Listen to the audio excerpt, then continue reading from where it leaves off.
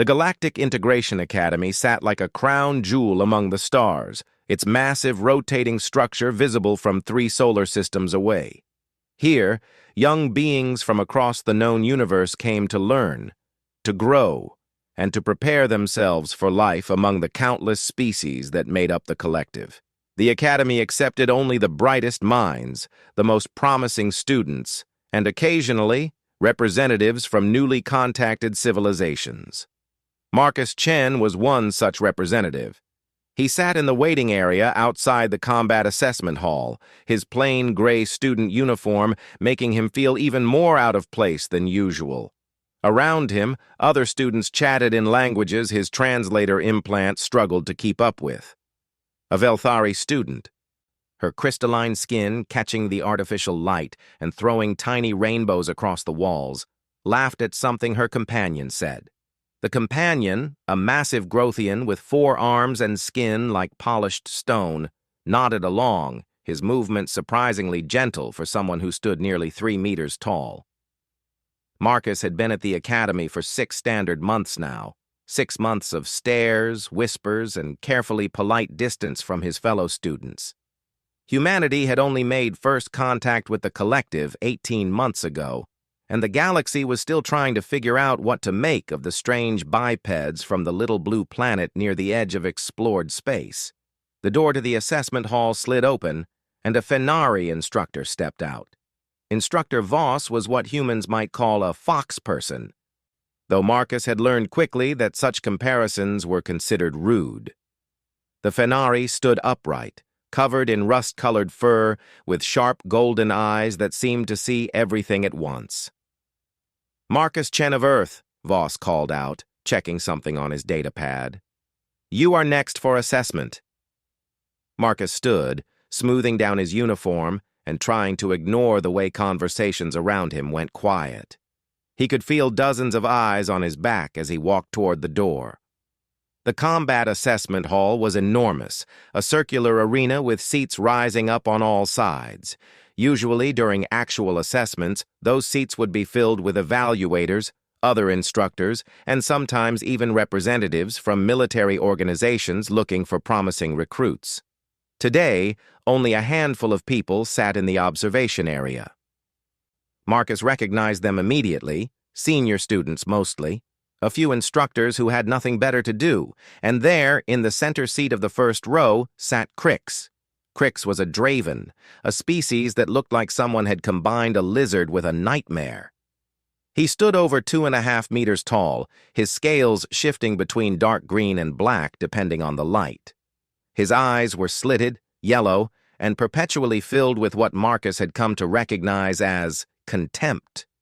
Crix was a 5th-year student, top of his class in combat studies, and he had made it his personal mission to remind Marcus exactly where humans ranked in the galactic hierarchy, which was, according to Crix, somewhere below bacteria. "Human," Instructor Voss said, leading Marcus to the center of the arena. "Today's assessment will focus on improvised weapon crafting. This is a standard test for all intermediate combat students." Marcus nodded, though his stomach tightened. He had heard about this test from other students. It was designed to evaluate a species' natural combat instincts and their ability to adapt to unexpected situations. "The scenario is as follows," Voss continued, his voice carrying easily across the quiet hall. "You have been captured by hostile forces. You have escaped your cell, but you are unarmed. You find yourself in a room with various common items. Your task is to create a weapon from these items and demonstrate its effectiveness." The instructor gestured, and a section of the floor opened up. A platform rose from below, carrying what looked like the contents of a standard academy classroom. There were chairs made of lightweight polymer, desks with thin metal legs, data pads, writing instruments, a standard-issue academy bag, and various other mundane items. "You have 30 minutes to create your weapon," Voss said. "You will then demonstrate it against practice targets. Your performance will be evaluated on creativity, effectiveness, and practical application. Do you understand?" "Yes, instructor." "You may begin." Marcus stood still for a moment, studying the materials before him. He could hear whispers from the observation area, and he did not need to look to know that Crix was probably smirking. The Draven had made his opinions about human capabilities very clear over the past 6 months. Humans were weak, he often said, soft. They had no natural weapons, no armored skin, no enhanced senses. They came from a planet so small and so unremarkable that the collective had almost overlooked it entirely. The only reason humanity had been contacted at all was because they had somehow managed to detect collective survey probes and sent out a signal in response. Stumbled into space by accident, Crix had sneered once in the dining hall, loud enough for Marcus and everyone else to hear. Give them a few generations. They will destroy themselves like every other primitive species. Marcus had said nothing then. He had learned that responding to Crix only made things worse. The Draven came from a warrior culture that valued strength above all else, and in his eyes, Marcus was simply not worth the effort of a direct confrontation. But today was different. Today, Marcus had a chance to show them something. He walked over to the pile of classroom items and began to sort through them. The chairs were made of a hard polymer, lightweight but strong. The desks had legs made of thin metal tubes, hollow for weight reduction. The data pads were useless for his purposes, but the writing instruments caught his attention. They were made of a flexible polymer similar to what humans might call rubber and were about the length of his forearm. Marcus picked up one of the chairs and turned it over, examining how it was assembled. The back of the chair was a single curved piece of polymer attached to the seat and legs with small fasteners. He found the release mechanism and began to disassemble it. In the observation area, Crix leaned forward slightly. His translator implant picked up the Draven's whispered comment to the student beside him. Watch him struggle. Humans have no instinct for combat. He will probably try to use a desk leg as a club. Marcus ignored the comment, though his translator had picked it up clearly. Instead, he focused on his work. The curved back of the chair was almost perfect. It was about 1 meter long, flexible but strong, and it held its shape even when he bent it. Marcus tested it several times, pulling it back and releasing it, watching how it snapped back into position. It was not ideal. A real craftsman would have taken one look at it and laughed, but Marcus was not trying to create a masterpiece. He was trying to make a point. He moved on to the desk legs. The metal tubes were hollow and lightweight, which made them poor choices for arrows. They would not have enough mass to fly true. But the fasteners that held the chairs together were a different story. They were small metal pins, about 5 centimeters long with pointed ends. Marcus collected a handful of them and set them aside. The bag was his next target. It was made of a woven synthetic material, strong and flexible. Marcus used one of the metal pins to poke a small hole in the stitching, then pulled out a long thread. It took time, careful work, but eventually he had a length of cord about 2 meters long. 20 minutes had passed. Marcus was sweating, though the hall's temperature controls kept it comfortable. He could feel the eyes on him, the judgment, the expectation of failure. He did not look up. Instead, he threaded his makeshift string through small holes he had made at each end of the curved chair back. He tied it off, tested the tension, and adjusted it twice before he was satisfied. The result was crude but unmistakable. A bow. He held it up, testing the draw.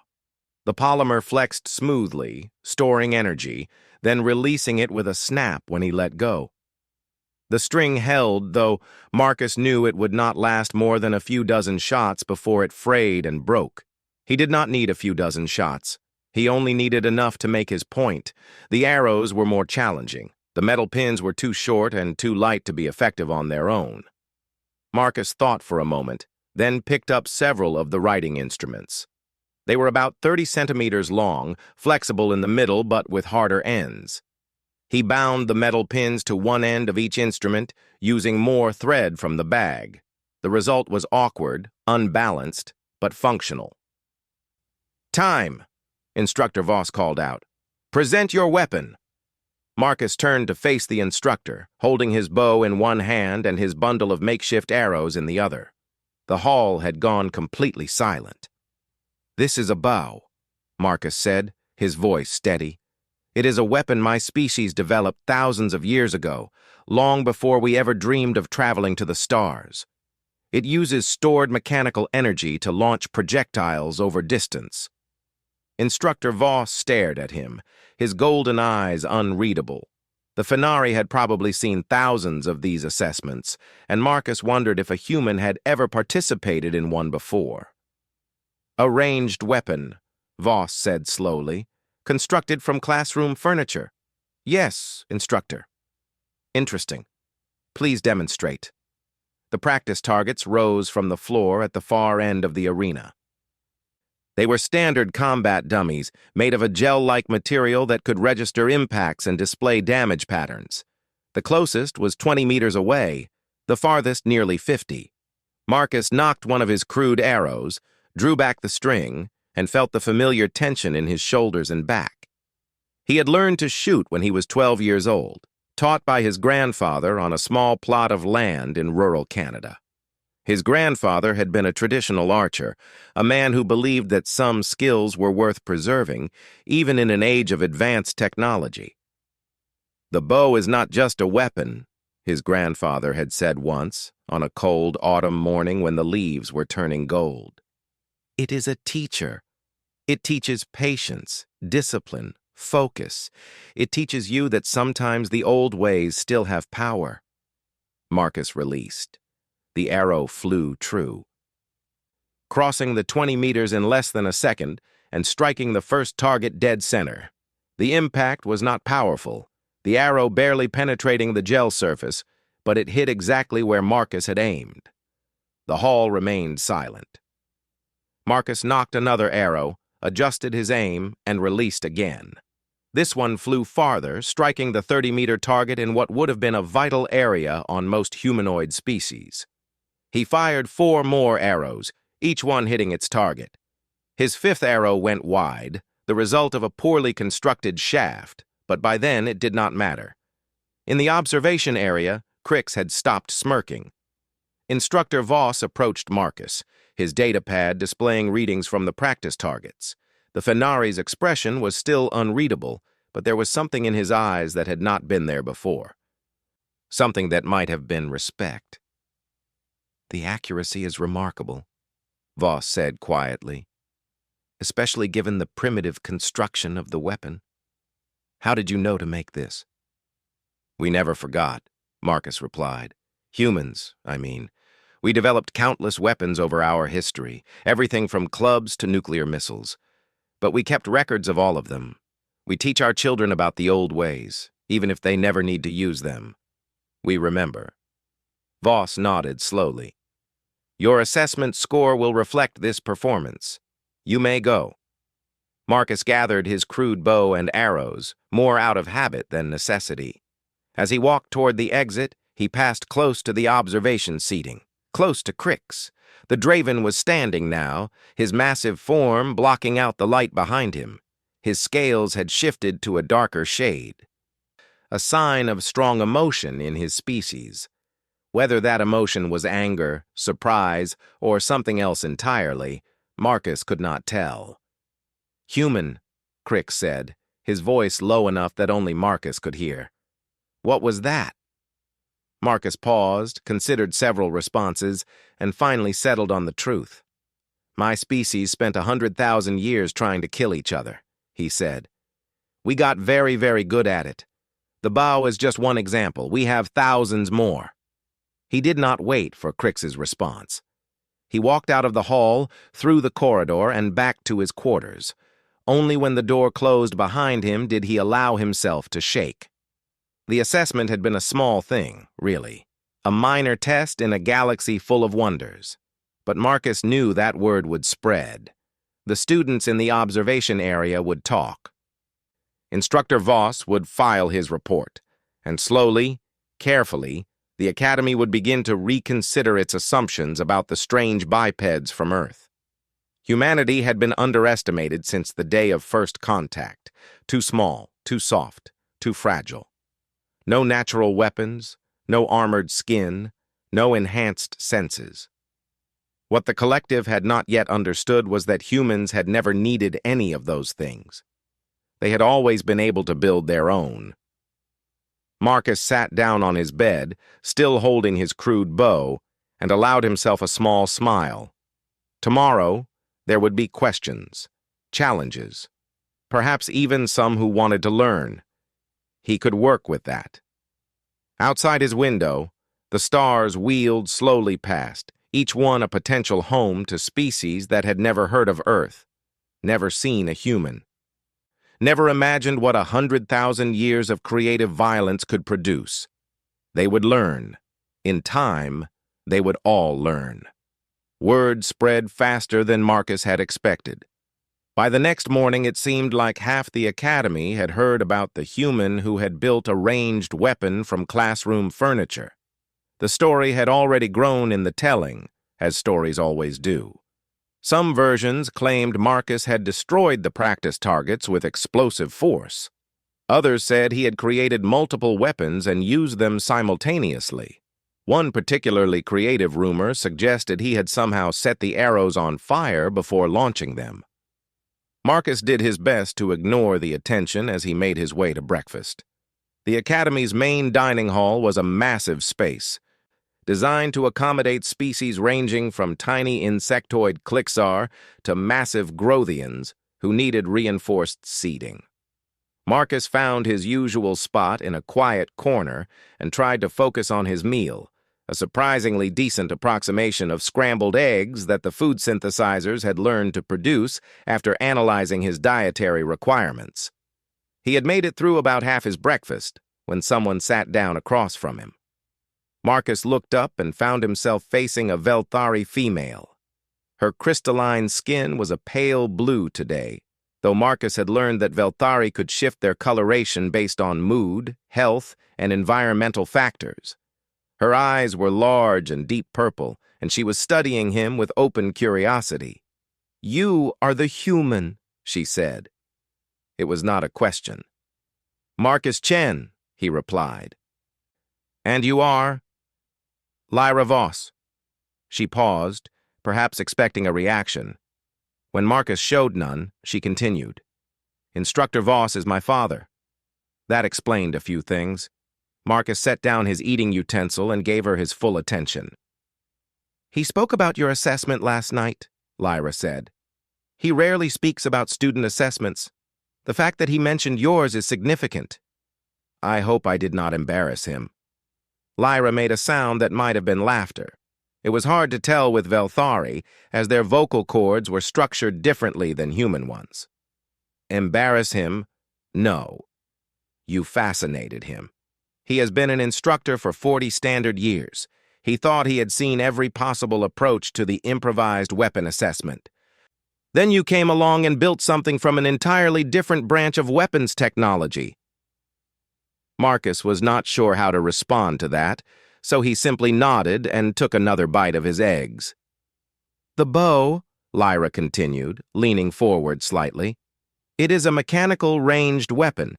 We have records of similar technologies from dozens of civilizations, but they are always considered primitive, early-stage developments. No species has ever maintained proficiency with such weapons after developing more advanced alternatives." "Humans are different," Marcus said. "So it seems." Lyra tilted her head, her crystalline features catching the light. "Why? Why would your species continue to practice with obsolete weapons?" It was a good question. Marcus had asked it himself years ago, when his grandfather had first handed him a recurve bow and told him to learn. "We like to remember where we came from," Marcus said slowly, choosing his words carefully. "Our history is full of weapons. Bows, swords, spears, axes. They were not just tools for killing. They were symbols, status markers, art forms. Some of our greatest works of craftsmanship were weapons that were never meant to be used in actual combat." Lyra processed this for a moment. So you maintain these skills out of cultural significance, not practical necessity? Partly, but there is also a practical element. Marcus smiled slightly. On Earth, there is a saying, never bring a knife to a gunfight. The idea is that you should always use the most effective weapon available, but there is a corollary that people sometimes forget. A knife is still a weapon. An old weapon is still a weapon, and sometimes, when your enemies expect you to have nothing, the oldest weapons can be the most surprising. Their conversation was interrupted by a shadow falling across the table. Marcus looked up to find Crix standing there, his massive form blocking out the light from the overhead panels. The Draven's scales were a neutral green, which Marcus had learned indicated calm, or at least the absence of active hostility. "Human," Crix said.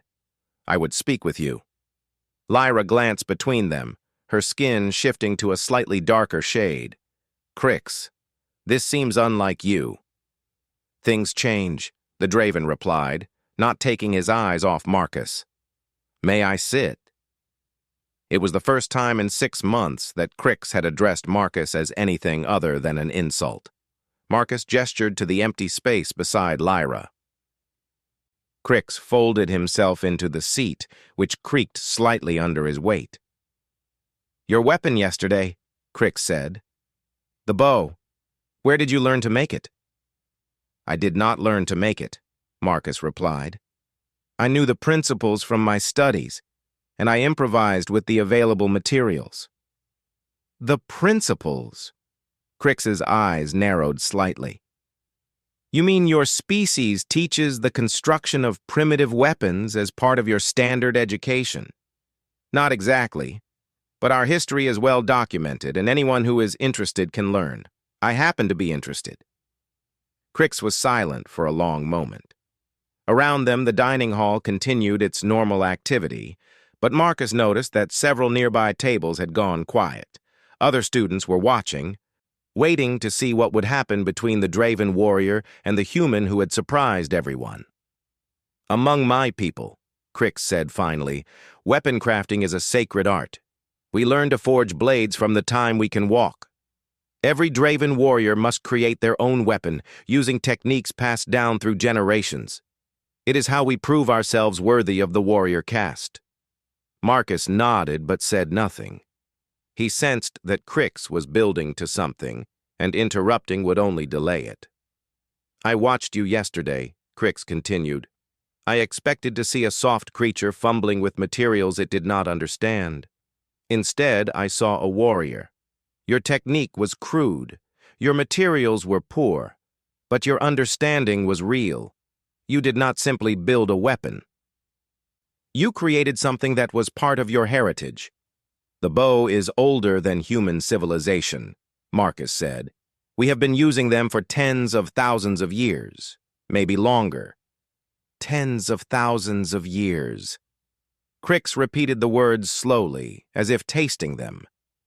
"The Draven have maintained our blade crafting traditions for 12,000 years. We believed this made us unique among the warrior species of the collective. We were proud of our unbroken heritage. And now..." Crix made a sound that Marcus's translator struggled to interpret. It might have been a laugh or a growl or something in between. "Now I learn that humans have been building weapons for longer than my species has existed." The Draven shook his massive head. "It is humbling.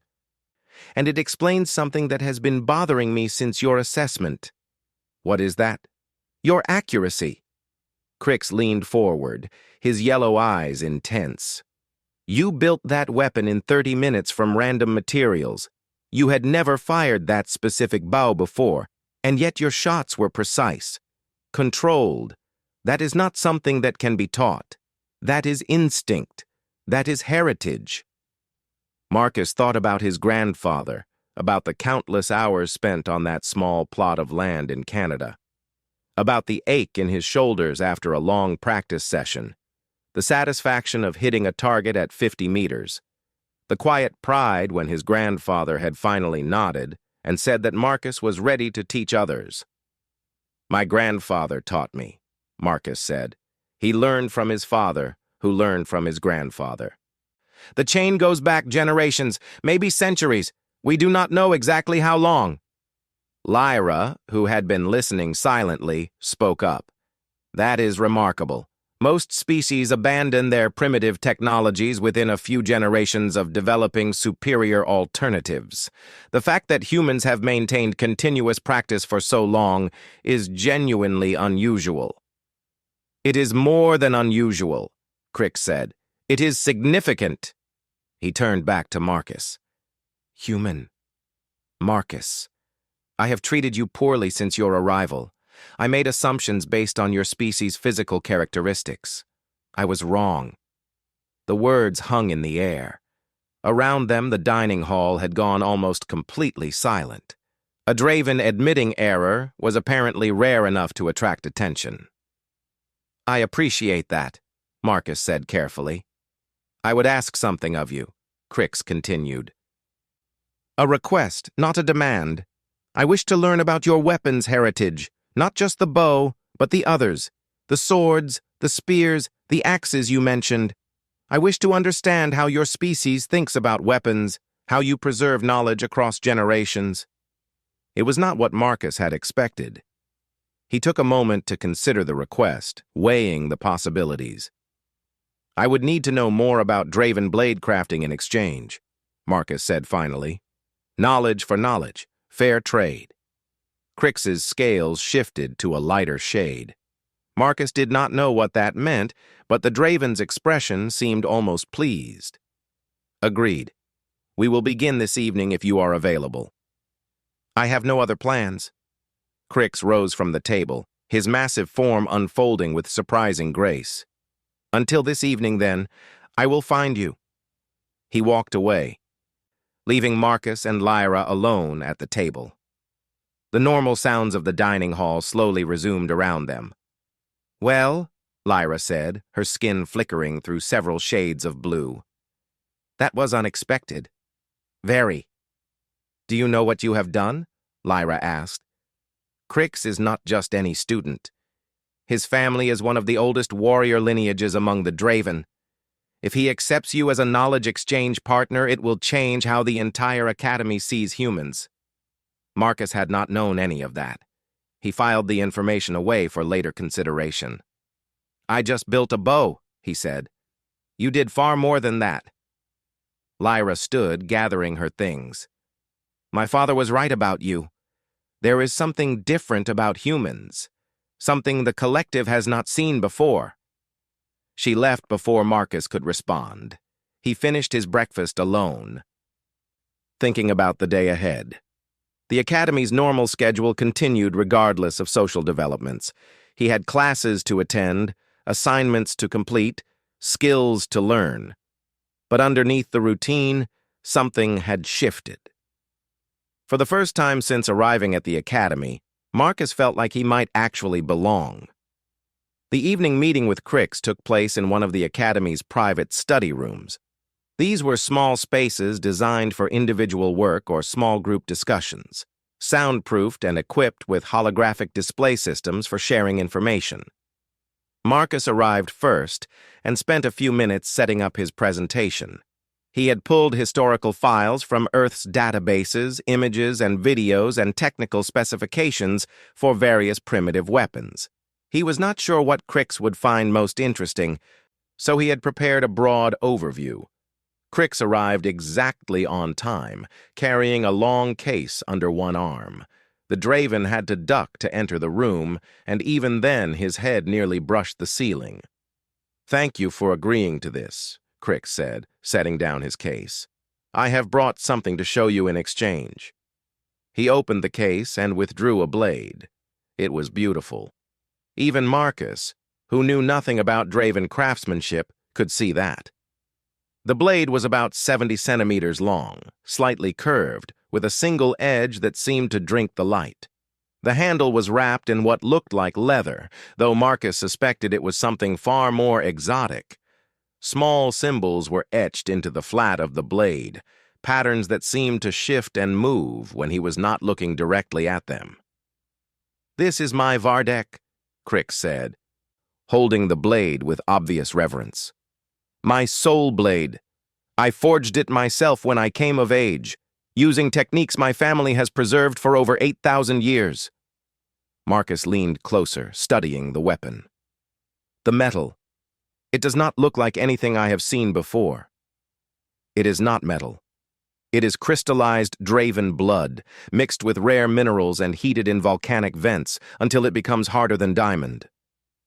Crix turned the blade slowly, letting it catch the light. The process takes years. The blade must be tempered in specific ways, at specific times, using specific techniques. If any step is done incorrectly, the blade shatters and the crafter must begin again. How many attempts did it take you? 7. Crix's voice was matter-of-fact. The average is 12. My grandmother, the greatest smith in our family's history, completed her blade on her 3rd attempt. It is still considered a miracle. Marcus nodded slowly, absorbing this information. May I see the display system? Crix gestured to the room's holographic projector. Marcus activated his files and began his presentation. He started with the basics. The club, the first weapon humans had ever created. Just a piece of wood, heavy on one end, used to strike enemies. Simple, brutal, effective. From there, he moved to the spear, the first ranged weapon, allowing humans to kill prey and enemies from a distance. Then the bow, explaining its development across different cultures, the various forms it had taken over millennia. Crix listened in silence, his yellow eyes fixed on the holographic images. Marcus moved on to edged weapons. The stone knife, predecessor to all blades. The bronze sword, which had built and destroyed empires. The steel katana, which had been elevated to an art form in Japan. The European longsword, designed for both cutting and thrusting. The machete, the kukri, the bowie knife. Your species developed all of these independently? Crix asked, speaking for the first time since the presentation began. Not independently. Different cultures often borrowed from each other, traded ideas, improved on existing designs. But yes, many of these weapons were invented multiple times by people who had no contact with each other. The basic problems of combat are universal. It makes sense that the solutions would be similar. Crix was silent for a long moment, processing this. Show me more, he said finally. Show me everything. Marcus continued. He showed Crix the polearms, the halberds and glaives and naginatas. He showed him the throwing weapons, the javelins and tomahawks and shuriken.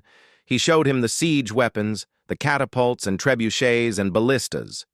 He explained how each weapon had been used, what made it effective, and why humans had eventually moved on to more advanced technologies. The session lasted nearly 4 hours. By the end, Crix was sitting completely still, his scales darkened to the color of obsidian. Your species, Crix said slowly, has spent 100,000 years finding better ways to kill. Yes. And you have kept records of all of it. Every weapon, every technique, every improvement. Most of it, yes. Some has been lost over time, but we have always tried to preserve what we could.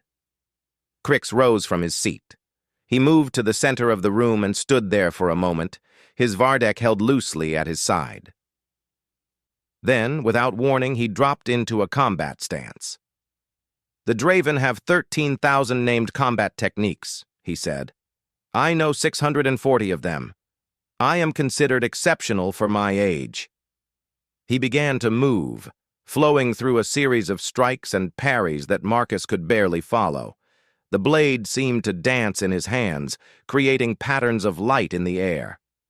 This is what a lifetime of training looks like among my people, Crix continued, still moving. We spend our entire lives perfecting our craft. We believe that no other species can match us in close combat. We believe that our heritage makes us unbeatable. He stopped suddenly, the blade coming to rest at his side. But you have shown me something tonight, human. You have shown me that your species has been fighting longer than mine has existed. You have shown me that the bow you built from furniture is just one small piece of a legacy that stretches back tens of thousands of years.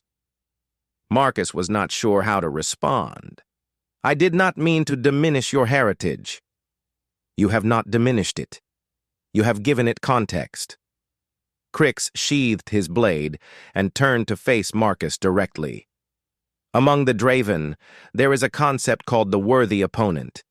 Someone whose skill and heritage makes them a fitting challenge. Someone whose defeat would bring honor. And you think humans might be worthy opponents?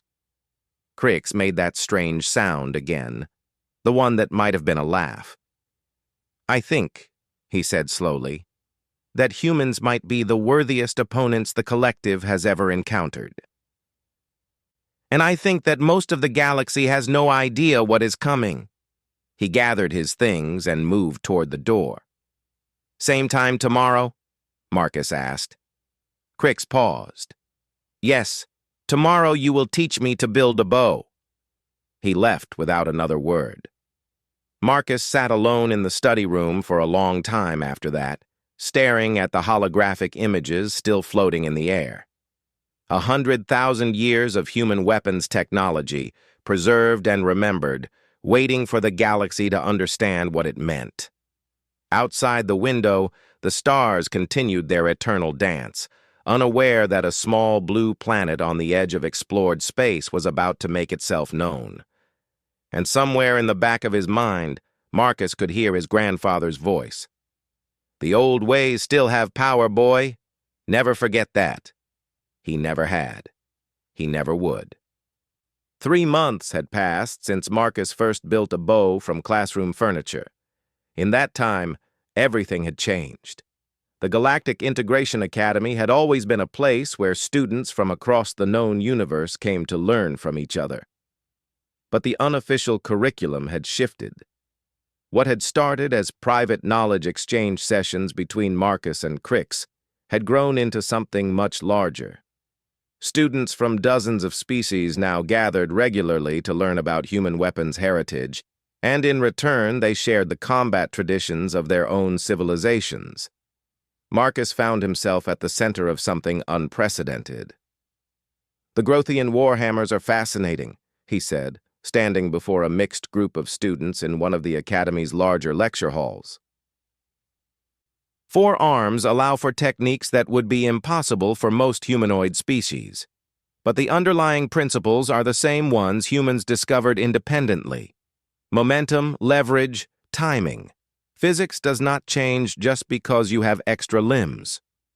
A Grothian student in the front row nodded slowly. All 4 of her arms crossed in what Marcus had learned was a gesture of respect. Her name was Thala, and she had become one of Marcus's most dedicated students, not because she wanted to learn human techniques, but because she was fascinated by the idea that combat wisdom could transcend species boundaries. The humans call it biomechanics, Thala said, her deep voice rumbling through the room. The study of how bodies move. Is that correct? That is correct. Every species has different physical capabilities, but the mathematics of combat remain constant. Force equals mass times acceleration. Leverage increases force output. These are universal truths. From his seat at the back of the room, Crix watched silently. The Draven had become something like a co-instructor in these sessions, contributing his own knowledge of combat theory and helping to bridge the gap between human perspectives and those of other species. Their unlikely partnership had become something of a legend at the Academy. The lecture continued for another hour, covering topics ranging from medieval European siege warfare to the principles of Roman military engineering.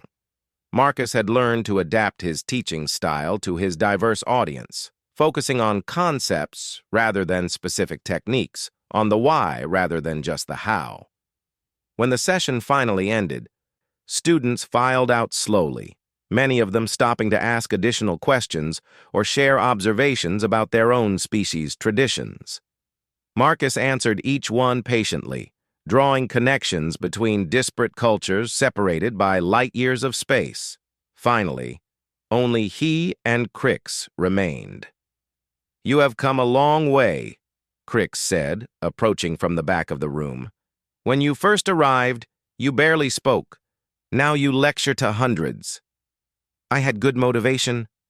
Marcus began gathering his materials. "When people underestimate you, there are two choices: accept it or prove them wrong. You chose the harder path." "Did I? I just did what came naturally." Marcus paused, looking at his friend. Over the past 3 months, he had come to think of Crix that way, friend. It still felt strange, given how they had started. "Any word on the exhibition?" Crix's scales shifted slightly, a sign of complicated emotions. "The Academy Council made their decision this morning. You have been invited to present at the Galactic Combat Heritage Exhibition." Marcus had been hoping for this, but hearing it confirmed still sent a shock through his system. The exhibition was the largest gathering of combat scholars and practitioners in the known galaxy. Species from across the collective sent representatives to demonstrate their martial traditions, share knowledge, and compete in friendly exhibitions. No human had ever participated. "When?" Marcus asked. 6 weeks. Enough time to prepare if you are serious about this." "I am serious." Crix nodded slowly. "Then we have work to do. The exhibition is not just a demonstration. It is a test. Representatives must prove that their species' heritage is worthy of recognition. If you fail, it will set back human integration by decades. And if I succeed, then the collective will have to accept that humanity is not just a curiosity to be studied.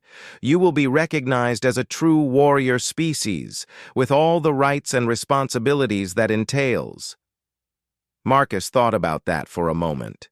Rights and responsibilities. The collective was a complex political entity, with different levels of membership based on a species' contributions and capabilities. Warrior species held special status, their opinions carrying extra weight in matters of defense and security. Humanity had been stuck at the lowest level of membership since first contact, classified as a developing civilization with limited influence. This could change everything. "What do I need to do?" Marcus asked. "3 things." Crix held up one clawed hand. "First, you must present a comprehensive overview of human combat heritage. This is what you have been doing in your lectures, but on a much larger scale. You will be speaking to representatives from thousands of species, many of whom have never seen a human before." "I can do that." "Second, you must demonstrate practical skills.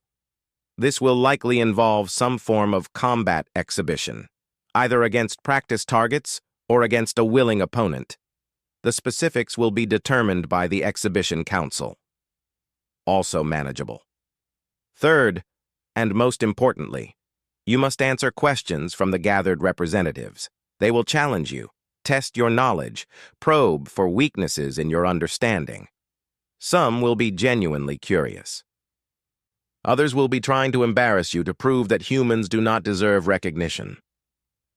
Marcus thought about Crix's initial attitude toward him, the contempt and dismissal that had only changed after the bow incident. If a single Draven had been that hostile, what would thousands of skeptical aliens be like? "I will be ready," Marcus said. Crix's scales shifted to a lighter shade. "I believe you. But you will not do this alone. Lyra has agreed to help with presentation design. Thala is gathering information about the combat traditions of species most likely to challenge you. And I will personally oversee your combat training." "You are all willing to do this?" "You changed something here, Marcus. At this academy and beyond, humans were dismissed as weak, as primitive, as unworthy of serious consideration. You showed us that we were wrong. The least we can do is help you show the rest of the galaxy." Marcus did not know what to say. 3 months ago, he had been alone, struggling to find his place in a universe that seemed to have no room for him. Now he had allies, friends, people who believed in him. "Thank you," he said finally, "all of you. Save your thanks for after the exhibition, Crix replied. We have 6 weeks of hard work ahead of us. The next 6 weeks were the most intense of Marcus's life. Every morning began with physical training. Crix had designed a program specifically for humans, taking into account their unique physiology. Humans were not the strongest species, or the fastest, or the most resilient. But they had something else: adaptability. They could push through pain that would incapacitate other species. They could recover from injuries with remarkable speed. They could function effectively even when exhausted, hungry, or injured. Your species calls it endurance, Crix said one morning, watching Marcus complete his 20th consecutive kilometer on the training track. We call it the death walk. The ability to simply refuse to stop no matter what. It is not special, Marcus gasped, his lungs burning. Any human can do this. That is exactly what makes it special. Crix handed him a hydration pack. Most species have a clear limit, a point beyond which their bodies simply shut down. Humans seem to treat that limit as a suggestion. The afternoons were dedicated to knowledge preparation. Lyra had compiled a massive database of questions that had been asked at previous exhibitions, and Marcus worked through them systematically. Some were straightforward queries about technique or history. Others were deliberately confusing, designed to trip up speakers who were not truly knowledgeable about their subjects. The Velthari representative will probably ask about crystalline weapon construction, Lyra said during one session. They believe their blade-growing techniques are unique. You should prepare a response about how humans have used crystal and glass in weapons throughout history. Obsidian, Marcus replied immediately. Ancient humans used volcanic glass to create blades sharper than modern surgical steel. Some cultures, like the Aztecs, used obsidian to create weapons that could cut through Spanish steel armor. Lyra made a note on her data pad. Good. What about the Furnari question on ambush tactics? And so it went, day after day, question after question. Marcus immersed himself in human military history, drawing connections between ancient battles and modern concepts, between primitive weapons and advanced technology. He learned to anticipate objections, to address concerns before they were raised, to present information in ways that resonated with alien perspectives. The evenings were for combat practice. Crix had recruited several other students to serve as sparring partners, each one representing a different fighting style. Marcus faced Grothian grapplers who used their 4 arms to control opponents. He dueled Furnari fencers whose speed made them almost invisible. He wrestled Velthari soldiers whose crystalline skin could shatter conventional weapons. And through it all, he learned. You are not trying to beat them, Crix reminded him after a particularly brutal session. You are trying to survive long enough to demonstrate competence. The exhibition is not a tournament. No one expects you to defeat champions from species that have been fighting for millennia. Then what do they expect? They expect you to show that humans understand combat, that your heritage is real, not just historical curiosity, that when faced with opponents who outclass you physically, you can adapt, improvise, survive. Marcus wiped blood from a cut on his forehead, courtesy of a Furnari's claws. I think I am getting better at that last part. You are. That is why we continue. The night before the exhibition, Marcus sat alone in his quarters, looking out at the stars. His presentation materials were prepared. His body was as ready as it could be. His mind was sharp with knowledge and understanding. But he could not sleep. A soft chime indicated someone at his door. Marcus activated the entry system and found Crix standing in the corridor, his Vardex strapped across his back. I thought you might be awake, the Draven said. May I enter? Marcus stepped aside and Crix folded himself into the small room's only chair. Nervous? Crix asked. Terrified, Marcus admitted. Everything I do tomorrow reflects on my entire species. If I fail, Humans might not get another chance for generations. That is a heavy burden. Yes. Crix was silent for a moment, his scales shifting through various shades. Finally, he spoke. Among the Draven, there is a ritual performed before important battles. We call it the naming of ancestors. Each warrior speaks the names of those who came before, those who taught them, those whose blood runs in their veins. It reminds us that we do not fight alone. Marcus thought about his grandfather, about the countless generations of humans who had wielded bows, swords, spears. All of them had faced their own battles, their own moments of doubt and fear. I do not know all their names, Marcus said. Too many to count. Then name the ones you know, the ones who matter. Marcus closed his eyes. My grandfather? David Chen. He taught me to shoot. His father, Michael Chen, who served in the military. My mother, who taught me to never give up.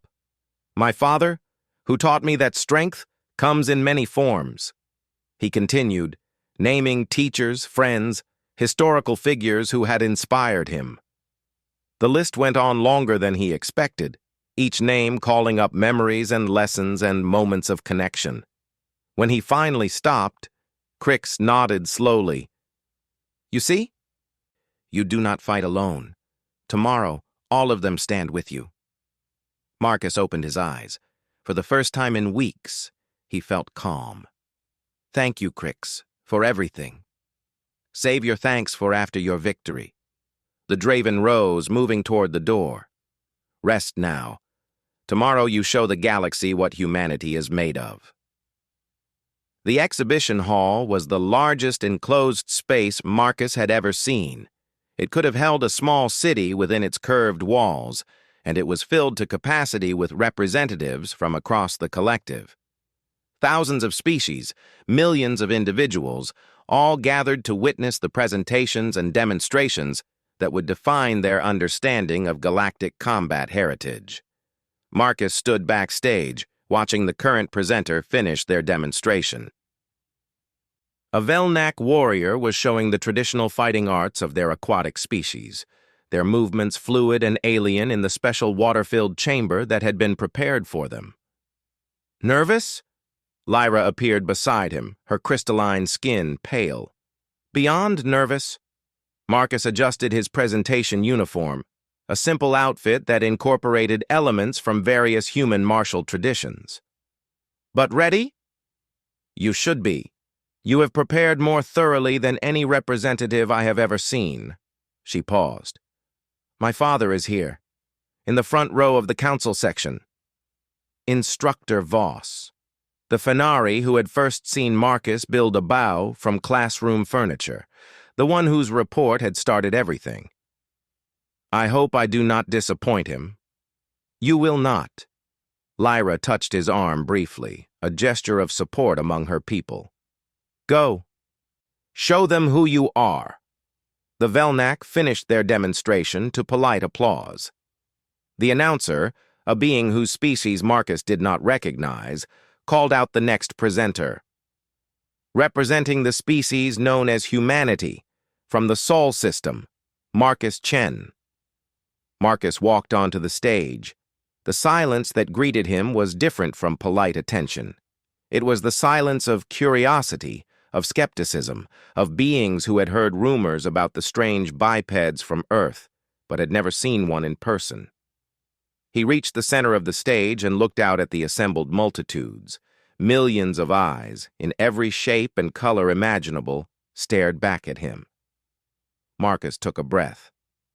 I am here to talk to you about the most dangerous species in the known galaxy, he said, his voice amplified to reach every corner of the hall. And that species is my own. The reaction was immediate. Murmurs of surprise, disbelief, even laughter rippled through the crowd. Marcus waited for them to subside before continuing. I know what you see when you look at me. A soft creature. No claws, no armor, no natural weapons. I come from a small planet on the edge of explored space, from a species that has only been in contact with the collective for less than 2 standard years. He activated the holographic display system, and images began to appear around him. But looks can be deceiving.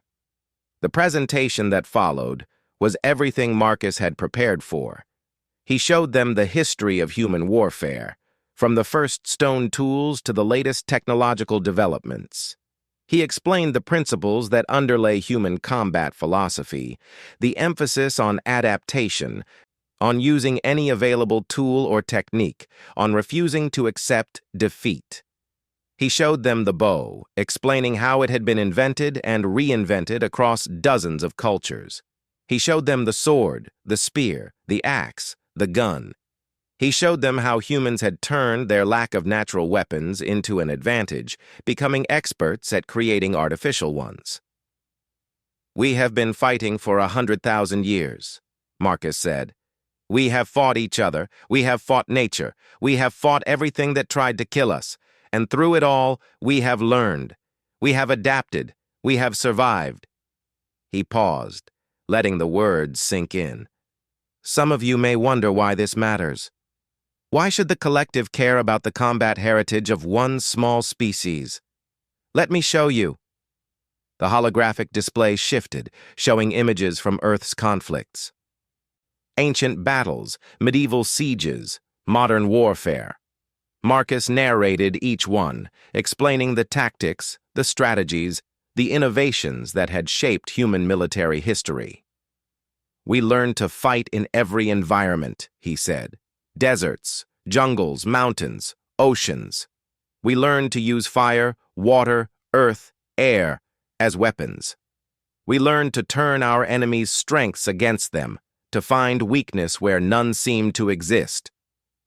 The images shifted again, showing human soldiers from different eras, different cultures, different conflicts. But more than techniques, we learned something else. We learned that survival is not about being the strongest or the fastest or the most heavily armed. Survival is about refusing to give up, about getting back up, no matter how many times you are knocked down, about finding a way to win, even when victory seems impossible. Marcus stepped forward, looking out at the silent audience. That is what humanity brings to the collective. Not just our weapons, not just our techniques, but our spirit. The spirit that has carried us from caves to stars.